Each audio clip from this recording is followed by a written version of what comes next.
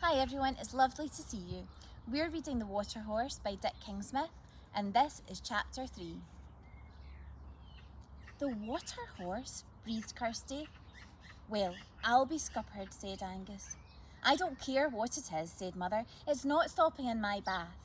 I'm going to get the breakfast now, and as soon as you've eaten it, that thing goes. Out of that bath, out of this house. I don't care what you do with it. Is that understood? And off she went. Kirsty and Angus looked so woebegone that Grumble put an arm round each of them. Cheer up, he said. We'll think of some way to make sure he's all right. How do you know he's a he, said Kirsty. It might be a she. That's true, said Grumble. I don't know how you could tell, but we'll have to decide one way or another. Why, said Angus. So we can give it a name. It must have a name if we're going to keep it. Keep it? Cried the children. But Mother just... Your mother only said it must go out of the house. I don't care what you do with it, that's what she said. So we'll decide what we want to do, and then we'll do it. Now, go to my room, Kirsty, and you'll see some loose change on top of the chest of drawers. Bring me a coin. Any coin will do. When Kirsty came back with a sixpence, Grumble balanced it on his thumbnail. Now, he said, heads it's a boy, tails it's a girl, all right? And when the children nodded, he flicked the coin high in the air. It fell on its edge and rolled underneath the claw-footed bath. Angus, as the smallest, crawled on his tummy to retrieve it. What is it? Asked Kirsty. It's a boy, called Angus triumphantly. What shall we call him then, said Grumble. Between them in the next few minutes they managed to suggest a host of names, but no one liked anyone else's choices. Kirsty fancied the kind of names that might have suited a real horse or pony: Starlight, Bonny Boy, Surefoot, Trusty and Thunderer. Grumble favoured good Scottish family names such as Stuart and Sinclair, Mackenzie and McGregor, and Tully Bane. Angus chose fierce, aggressive names suitable for the enormous monster that he thought the creature would one day be. Names like Skull Cruncher, Super Jaws, Backbreaker, Cow Killer and Drink Blood. But they could not agree, and when Mother called that breakfast was ready, they all went to get dressed, leaving the infant water horse paddling namelessly around the bath. Breakfast was an unusually silent meal at first. Grumble, Kirsty and Angus were all still busy trying to think of a name. Mother was feeling a little guilty that she had reacted so harshly in ordering the immediate expulsion of the animal. After all, whatever it was certainly quite extraordinary, and the children were so thrilled about it. And as for her father, why, she hadn't seen him look so happy in years.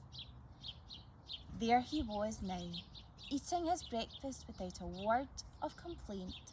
Usually the porridge wasn't salty enough, or the egg wasn't done, the toast was too pale or too dark, or the tea too weak or too strong. She caught his eye, and he actually winked at her.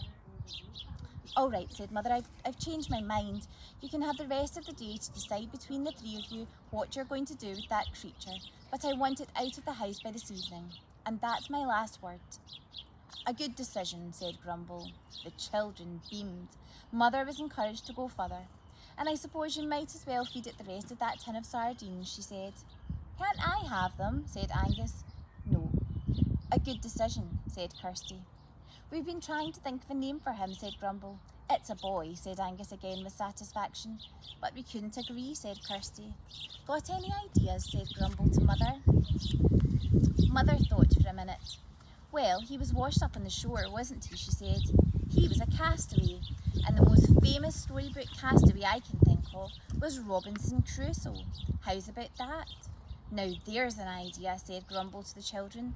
That story was based on a real-life castaway, and he was called Alexander Selkirk, and he was a Scot. And whatever the water horse is, there's no doubt about one thing. He's a Scottish beastie. Robinson Crusoe, said Kirsty doubtfully. It's rather long, isn't it? Just Crusoe then, said Angus. Grumble and Kirsty looked at one another and nodded. A good decision, they said. But the decision they had to make after breakfast was not so easy. It was, of course, what to do with the newly christened Crusoe. They stood looking down at him as he paddled about the bath, chirruping loudly for food. Now, I've been thinking, Grumble said. First of all, do you think we should simply put him back in the sea? That's where he would have hatched if the storm hadn't blown him ashore. Oh no, said Kirsty, we'd never see him again. Couldn't we find a big rock pool and keep him there?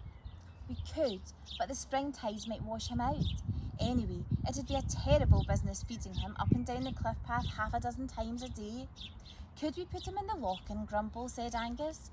The loch-in was a small loch, no bigger than a couple of football pitches in the glen below the house. We could, Angus, and that's where he'll have to go when he's a lot bigger.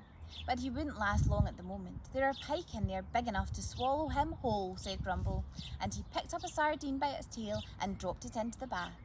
With a swirl of water, Crusoe was on it, worrying it like a shark. We must wait till he's big enough to treat the pike like that, said Grumble. But where can we keep him, said Kirsty. I know, said Grumble. In the goldfish pond, of course. I don't know why I didn't think of it straight away. Sunk in the lawn at one side of the White House was an oblong concrete pond the size of a snooker table. In it lived two goldfish named Janet and John that Kirsty had won at a fair when she was no older than Angus. Since then, she had in fact taken no notice at all of them, but the sight there of Crusoe tearing lumps out of a sardine made her blood run cold. Oh no, she cried, what about Janet and John? Lunch and tea, said Angus dryly. No, no, said Grumble, we can't have that. We'll mount a rescue operation. We'll fish him out with the prawning net. There's an old goldfish bowl in my garden shed. They can live in that till Crusoe's big enough to move to the loch-in.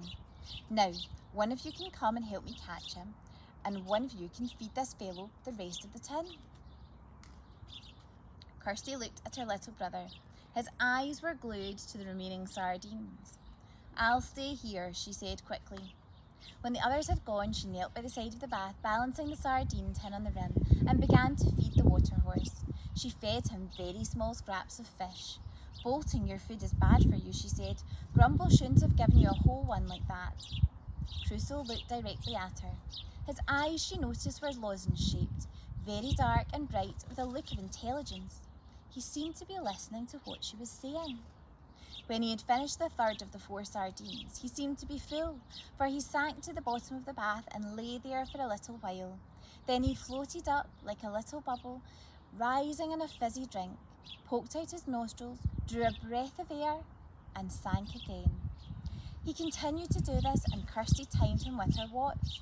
He was able to hold his breath, she found, for about a minute, and his rises for air seemed quite automatic, since his eyes were shut and he seemed to be fast asleep. After around a quarter of an hour of this, Crusoe surfaced properly and looked up at Kirsty once more. He did not, however, chirrup. You've had enough, hadn't you, said Kirsty. We'll keep the last sardine for later. Her fingers were oily, and she was just about to rinse them in the water when it occurred to her that Crusoe might just treat them like he had treated the fish. Don't be such a baby, Kirsty, she said to herself. His teeth aren't all that big, and anyway, it will never do to let him think I'm frightened of him.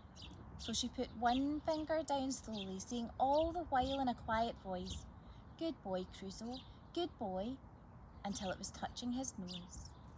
Very gently, he licked it. Join me for Chapter 4.